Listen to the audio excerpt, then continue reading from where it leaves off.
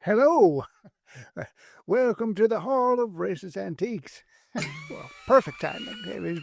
We just got the old Problematics 2000 back in operation. This old girl has been working overtime these last few months. Oh, we wound up blowing a gasket in about 1,000 of these bulbs, and they don't come cheap. Was that? What are the bulbs for?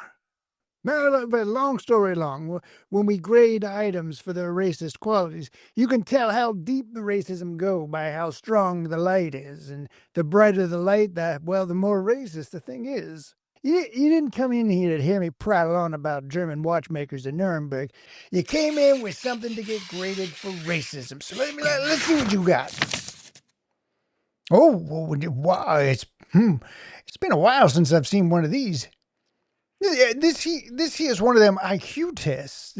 There have been several versions of these IQ tests over the years, with the first formal assessments taking place as far back as the late 1880s. Yes, during that Reconstruction period. Very good. A man named Sir Francis Galton, as I recall, he is considered the father of mental testing and believed that intelligence is inherited, you see.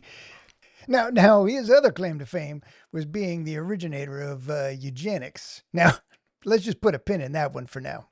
Now, in the early 1900s, just after the First World War, an American named Lewis Terman, and he would go on to become one of the nation's most famous psychologists. Whatever. Now, he is actually the one responsible for planting the term IQ in America's vocabulary. Ain't that something? Now, you're going to want to buckle yourself in for the next part because it kind of goes off the rails a little bit. Terman eventually had over 1,000 kids in his genetic study of genius program who he apparently fell in love with. Those are his words, but I'm sure it was love in the professionally speaking sense. Like nothing nefarious, and probably. Excuse me. Anyways, Lewis Terman loved having all them kids around because he was also a big fan of eugenics. Now, he was always aiming to improve the human breed by perpetuating certain allegedly inherited traits. Now, while nurturing these termites, he was also pushing for forced sterilization of thousands of feeble-minded Americans. Surprised? Well, hang on a second. I'm even to the best part. Right around the time of the Great Depression, Terman had about 1,500 subjects between the ages of 3 and 28. The group was overwhelmingly white, made up of about 900 boys and about 600 girls. Only 2 of those African Americans, about 6 of them Japanese Americans, and just 1 Native American. That lack of cultural diversity and failing to establish a comparison group seems pretty on brand for these eugenicist types. What is the problem? Now, Terman considered intelligence the most valuable human quality and created a group of intelligence testers.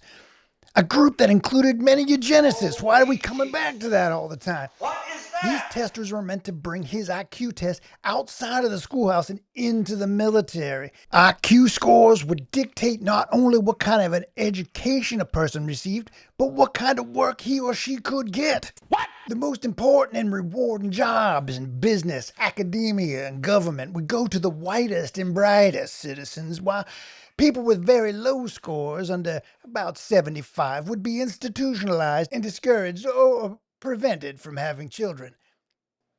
Now, if you want to hear more, I've got this Patreon channel that goes into more detail on these intelligence tests, but I don't want to bore you to death with my yickety yakking if you have something better to do. So let's run this hair test through the old Problematics 2000 and see what the old girl has to say about how racist these here IQ tests is.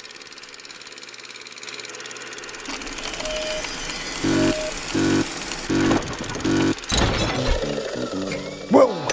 Whoa! What? There's your answer. These IQ tests are just another way to disguise and justify bias, like against different races and the nationalities and classes. We ain't born with immutable differences in intelligence, character, and hardiness. No, ma'am. As I've always seen it, intelligence alone does not guarantee achievement.